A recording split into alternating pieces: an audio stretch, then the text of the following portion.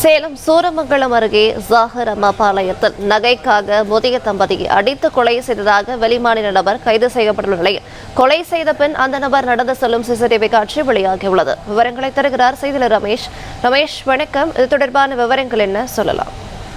வணக்கம். சேலம் சூரமங்கலம் ஜாகிர் அம்மாபாளையம் பகுதியில் நேற்று பட்டப்பகலில் இரட்டை கொலை நடந்தது. இந்த சம்பவம் சேலம் பகுதி முழுவதுமே பெரும் பரபரப்பை ஏற்படுத்தியிருந்தது.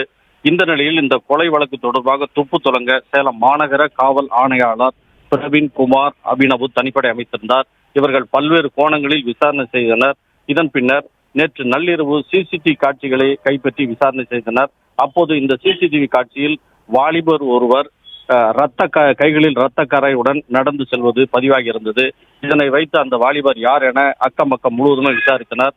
அப்போது ஜாகிர் அம்மாபாளையம் கொலை நடந்த பகுதியில் அருகே வசித்து வரும் பீகார் மாநிலத்தைச் சேர்ந்த சந்தோஷ் சௌத்ரி என்ன தெரிய வந்தது. இதனையடுத்து சந்தோஷ் சௌத்ரி நள்ளிரவில் கைது செய்யப்பட்டான்.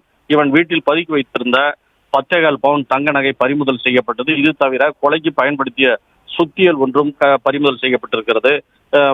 கைது செய்யப்பட்ட சந்தோஷ் சௌத்ரி பலரிடம் கடன் வாங்கியதாகவும் இந்த கடனை திருப்பி செலுத்த முடியாததால் கொலை செய்து 10.25 தங்க நகையை திருடி சென்றதாகவும் ஒப்புக்கொண்டுள்ளான்.